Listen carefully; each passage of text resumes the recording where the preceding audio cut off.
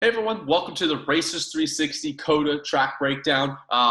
One of the best tracks in the US, amazing facility, very technical, very difficult track. So we're going to talk about how to tackle this track, and we're going to try to make it to where it doesn't matter what type of car you're in. So the actual pure brake zones will change a little bit, but we'll kind of get into that. So let's go ahead, go down to turn one, we'll go full speed, and then start breaking it down slow speed, frame by frame. So turn one, going to be drastically uphill. One of the first things to note is when we're leaving pit lane here, I know we don't talk about this, but it's important here at COTA to know. We're leaving pit lane right here. There's the white line that separates it right there. Turn one is very, very tight, and you can't really open up to the right to set up for the corner out of pit lane. If you're on cold tires, it's really easy just to slide all the way out to the track exit right after the apex, even at really slow speeds. So just be extra aware. Give the extra look for cars coming down the front straightaway. In practice, especially don't risk it. Let them by just because you can't go slow enough. I've seen a lot of incidents here with cars on cold tires that just literally can't go slow enough. And the car are out, going into turn one full speed. Just doesn't give them enough room either. So normally don't talk about that, but it's important here at turn one. So the brake markers that we're looking for are out to the right-hand side over here. Like I said, it really depends on what type of car you're in.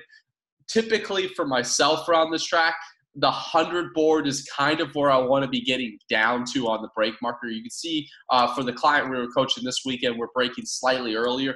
High horsepower car, 600 horsepower Ferrari challenge car here. So they're braking a little bit earlier. In between this 100, 150 board, it's kind of where we want to be. What I would say here is it's very easy. You can see on this lap that the client starts to crab in towards the corner. One thing that's critical here is as you brake, really keeping those hands straight along the outside of the road here and not crabbing in. It's a blind corner. You want your eyes looking kind of over the hill if possible. But you can see here as we're getting closer, right here, we're just starting to crab in. And where I like to turn in is just before the crest in the road right here. So just before the front of the car starts to crest, that's when I want to be turning in and have a very late apex here so we can get to throttle and get a good run down to turn two. So you can see here we're starting to crab, and that's going to lead to an early apex in this lap. So really, when you're watching a video in between sessions or after the race weekend or getting ready for the next race weekend, make sure you're not crabbing here, keeping all the way to the right side of the road. Right now is when I want to be starting to turn in. And you can see that crabbing is what's going to cause the driver this lap to apex too early. You can see they are apexing what I would say is the start of this orange curve. I would like to see the apex come actually about the end of this orange curve as it starts to fade away. That's where I want to apex this curve so that I can really start to open my hands and apply the throttle here on exit where it drops downhill. The traction is always something that you're going to struggle with out of turn one. It doesn't seem like I have as much grip to really put the throttle down, especially as it drops downhill. So what happens is when you have this early apex, we can see we're not getting the throttle until really just after the apex. I'd really like to get back to throttle right in here. This is my throttle spot right there. It's purely a traditional corner in terms of entry-exit speeds. You need enough entry speed to not overslow, but you don't want to just be not worried about where you get back to throttle. Right here at this exit curve, bam, going to throttle. And look, you can see this early. If you look down here at the steering wheel, you can see that early apex doesn't allow the driver to start opening their hands until all the way out here. Where ideally, if you can have the later apex, you can start to open your hands much earlier and be to full throttle probably by now. So very, very important. All right, go back to full speed here. Set up for turn two. You can use all of the road here. This is perfect right now, but be aggressive in getting back to the left side of the road in turn two. You can see the driver this lap isn't as aggressive as he could be. And because of that, we have about a third of a car, maybe a half car width to our left-hand side that we're not using, which means the radius of turn two is much tighter. It's harder to flow the speed. Turn two is one of those corners where some cars will be flat out and other cars it might be a pretty decent sized lift. So it's not an easy flat out corner. It's downhill. So we really want to get back to the left-hand side of the road. There's plenty of time to use all of the road out of turn 1 and still work it back to the left-hand side of the road for turn 2. Into turn 2, it's a pretty early turn-in. Most downhill corners are going to be an earlier turn-in. And it feels like you have no hope of really getting down to that apex and making the corner, but there's a little bit of compression right in this area, and that's where the majority of the turning really happens. And so you want to be turning in early enough to where you're kind of getting to the trajectory towards that apex curve when that kind of compression happens. If we're not doing that, we miss the apex very easily here. So another debated point of this corner here is whether or not to use this apex curve. The way I teach it is it really depends. If you have a lot of understeer, getting your right front tire up, not all the way to the grass here, but right around this kind of start of the red will help rotate the car and help get the front end. If you're struggling with oversteer, then I would avoid it. So it really depends on your car, the setup, and some of the sessions, even the weekends themselves. Sometimes I'm on it, sometimes I'm not. It really depends on the setup of the car throughout the weekend. So struggling with understeer here, then get your right side front tire up on it. You can use a little bit more than he did this lap, but give or take is where you want to be. And then you really want to be trying to commit to full throttle by about this point again, if it's not flat for you. So out of this corner here as well, using all of the road, bam, is exactly where we want to be. But then again, work it back to the right-hand side of the road here. Really, you never want your hands straight. You're always kind of one constant arc. And you want to get back to at least mid-road or even 3/4 of the way back to the right. I don't want to be all the way out here. No, but I want to be at least mid-road is almost exactly. So you can see here, we're starting to turn back to the left before we get to the bridge. And as we get to the bridge, we're about 1/3 of a car width off the inside here. And we really want to make sure we are apexing these orange curbs right here. Now, every race series is very different in terms of track limits. If there are no track limits for you at COTA, then I want my left side tires, or even if even with track limit rules, you can potentially have your left side tires on the inside of this orange curb.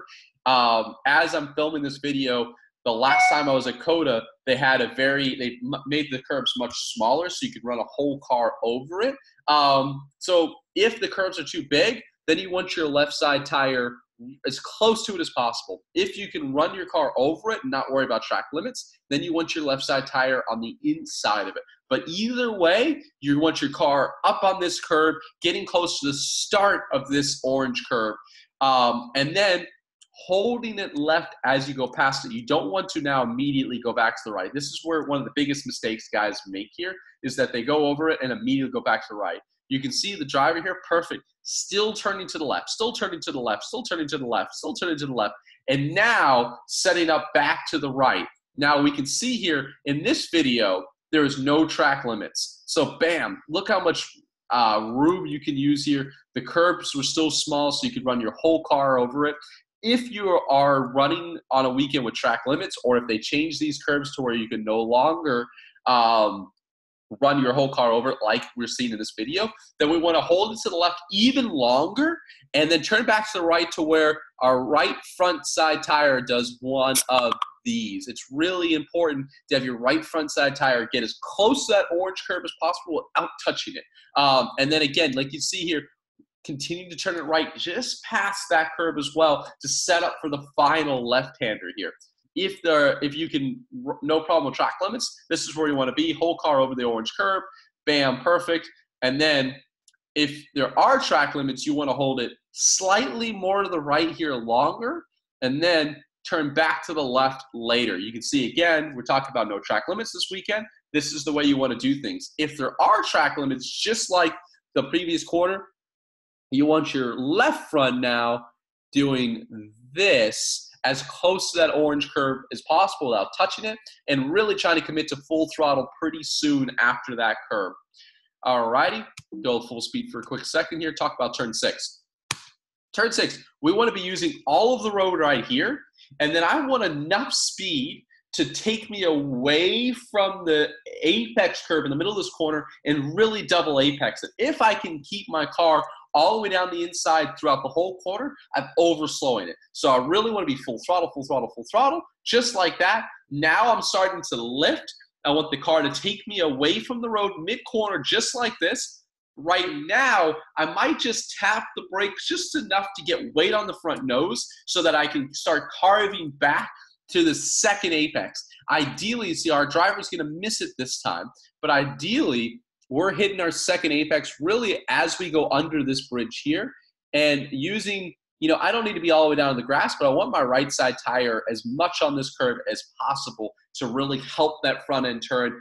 Almost every car I've ever driven here in any lap, I'm struggling with understeer here. So I use that curve to help get the front to rotate or get the car to rotate to point it for me. The other important thing here is turn 6, I call this almost 6B because for me, it's a double apex corner. I'm going to sacrifice a little bit on exit here, or a lot of it, to set up for turn 7 so I can flow good speed through turn 7.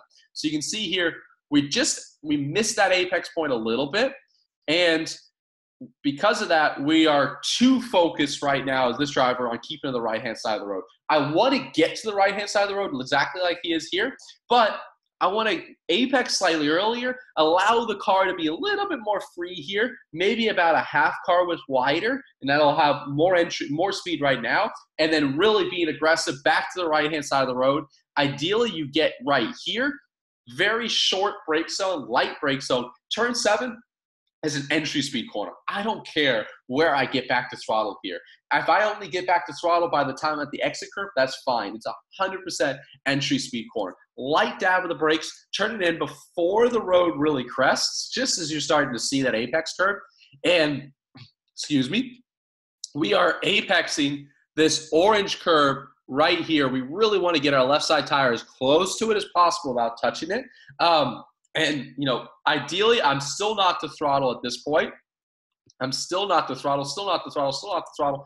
Maybe about here, if I hit things perfectly, I get back to initial throttle. But total entry speed corner, using all of the road here on exit, and then slightly setting up back to the left here for turn 8. I would like to see this driver maybe get it a third of a car width wider, and then delay their turning back to the right slightly later. So you can see here, this driver is going to get his right side tire. Let me get it using red here, on up here. Ideally, we're slightly wider, turning in from slightly later point and crossing over it like this. That's kind of what I want to see my right front do here. But it's really important getting your right side tire up on this red stuff, holding it here. My goal right now is to have as much entry speed as I can, then start to really slow it down about here.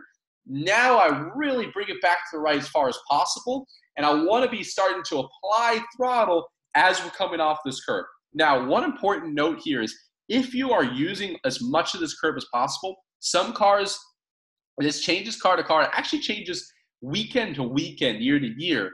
There's some weekends where I can have my left side tire on this curve and not have a problem at all. Sometimes it really just affects the car. I mean, it's your loaded side. So if you are struggling with oversteer and the car just feeling really awful, then use slightly less of the curve to where your left side tire is still on the asphalt here. If you can run on this curve, there's not a track limits problem and it doesn't affect your car, do it because it opens the radius for turn 9 here so that you can start really starting to be applying throttle right now. Turn 9 is one of those corners where it's not quite flat out for most cars. Occasionally it will be, maybe for qualifying or in a lower horsepower car. But you can see here, late apex, do what you can to be full throttle through here or as close to full throttle, and then allowing the car to use out all the road here. Perfect, awesome. Turn 10, flat out, work up to it. It's blind, it's hard to see. There's plenty of road out here. You just got to find your rhythm. So work up to being flat out. So turn 11 here. The brake markers are very, very far out to our right-hand side here, and I don't want to be looking that far right when it's a left-hander. So I end up using more of where the asphalt turns to grass here as my marker than that 100 board. Ideally, the 100 board is about as late as I've been able to brake. Now, that's more in higher horsepower, 500, 600 horsepower cars. If you have less horsepower, maybe you're braking just past the 100 board. Maybe you're braking slightly earlier where the grass turns, where the concrete turns to grass right here. That's about the range though. So if you're braking at the 100 board, I like to look for the grass and feel like about where my full car is past the grass, that's about the 100 board. And that'll allow your eyes to be more focused to the left versus looking all the way to the right here. Turn 11, super late turn in, super late apex. Make sure you're not crabbing here either. I see a lot of drivers start to crab their way in early apex and then they can't get the throttle. So hands straight in the brake zone. There's really not a great turn in marker here. And, you know, it's just going to be a feel looking for that apex. Really look at how late this apex is here. You're really apexing the last little bit of this orange curve. You want to be close to this curve right here, but I don't actually like to touch it. So left front, really close to that colored white portion right there. Bam, that's where we want to be picking up initial throttle. Not back in here. You can see our driver starts to apply throttle here too early. You're going to start to get understeer, and then they can get back to full throttle early enough, which is vital down this back straightaway. So lay that initial throttle to about this point, and then with that late apex, you can start to unwind the wheel. We can see full throttle, use as much of the road as you're allowed out here. Take a breath, long straightaway here. Be a late brake zone at the end of the back straightaway, downhill into the next apex as well. So turn 12 is going to be a complicated corner here. So again, brake zone's out to our right. It really depends on what type of car you're driving. I would say for a lot of cars, that 150 boards are going to be a great marker to try to get to. In the cars that I'm more used to driving, the higher horsepower GT cars, that's about where we want to brake. Some cars, lower horsepower, you'll be braking later. Even more horsepower, less grip, you might be braking earlier. In that 200 to 150 board range, that's probably a good place. Maybe starting slightly earlier, working your way up to it. So turn 12, you really want to get most of your brake zone done pretty early because it really starts to drop downhill right about here. It's hard to tell in the video, but right here, we're really dropping downhill. And that means we're going to have an earlier turn-in point because that downhill is going to cause understeer. So if you turn it too late, you have to overslow to make the apex. And there's actually a lot of room here on exits. So you can see early turn-in, and it's decently early apex. We're really apexing kind of the first part of this orange curve right here because we have so much room. So right there at the apex, that's where we want to pick up initial throttle, using as much road on exit as possible, maybe even a little bit more. You have to really be aggressive, working it back to the left-hand side of the road here. Set for 13. You'll probably be braking in a diagonal line to the outside, but as you can see, you have plenty of time to get back to the left-hand side of the road. Turn 13 Turn 13 and turn 15 are probably the worst corners in all of U.S. motorsport tracks. They are tight, rinky-dink. There's never any grip here in turn 13. If you're in a lower horsepower car, you may drive this very differently than a high horsepower car. In the high horsepower cars, we want to treat this as an entry speed corner, trail braking all the way down this apex, and I don't really care about getting back to throttle until all the way out to this exit curve because it's a traditional double apex. And if you get the throttle here, you don't have the grip to be able to commit to full throttle. Continue to turn it right back to the second apex because you'll lose the rear. In a lower horsepower car, you could probably commit to throttle here, be full throttle by about this point, and be able to continue to turn no problem. But in those higher horsepower cars like this one, you can see no throttle, no throttle, no throttle, no throttle, out to the apex, exit curve, excuse me. Now we really start to apply throttle, and now we've got the rotation in the car and the setup of the car to be able to try to get back to full throttle and keep this line where you couldn't do that with an earlier throttle spot. So ideally, you know, in qualifying, you may use this curve. I like to stay off this curve, right side tire right here. No need to use it. The other thing is I like to be slightly wider here. Not all the way out, more like a half car width off of this curve. And then what that allows me to do is have a line that looks slightly more like this coming in versus where our driver looks more like this right here. So it kind of starts to load that outside tire, and then you can slowly start to progressively turn it in for, you know, the second part of 15 here, where if you're braking like this, you have a much harder turn back there. So I like to be slightly wider here and then turning it back in, still you know, I would almost say apexing this point here. You don't use all of the road here. You want to be about this point, about mid-road, before turning it back into the left here. And it's a pretty early apex point as well here. I like to apex the start of this orange curve. You can see, I think we apex too late here, and we're pretty good throttle position. But I like to apex the start of this curve here. But, you know, it really depends on the cars. Higher horsepower cars, again, maybe slightly later. Really depends. And then getting back to throttle, I promise no matter what you do here, it's probably going to feel slow. You're going to feel terrible through there, but it's just a very, very slow corner. All about the exit point here, but you can definitely give up too much time on entry, and you can open the door to being overtaken there. So it's a spot where it really invites people to, you know, really aggressively dive bomb there, because you open up, you're kind of braking. It's not a late break, so just beware. Someone might be trying to dive bomb you there. You can really kind of send the note by breaking down the inside, forcing them around the outside. They're not going to overtake you on the outside of 15th. So just something to take a note of and be aware of. Now into the triple apex right. I would like to see you get back all the way to the left-hand side of the road. We don't do a good job of that. Here you can see a little bit more road out to our left. Work it hard, and then turn it in before the bridge. And you can see, similar to the S's, we're pretty close to this apex curve as we go into the bridge, but not there. About a half car width off. And I want enough speed to where I can't apex. I'm not quite full throttle on the bridge in this car, but close to it. Still some throttle. And I want to be really apexing. The first apex is here. Bam. That's where I want to apex. Using all of the road in between. You can notice it's close all the way around, but not quite full apex. And then using all of the road here in the middle to set up for the second apex and turn it back in. And this is a long apex that I like to hold close to this curve, close to this curve, close to this curve.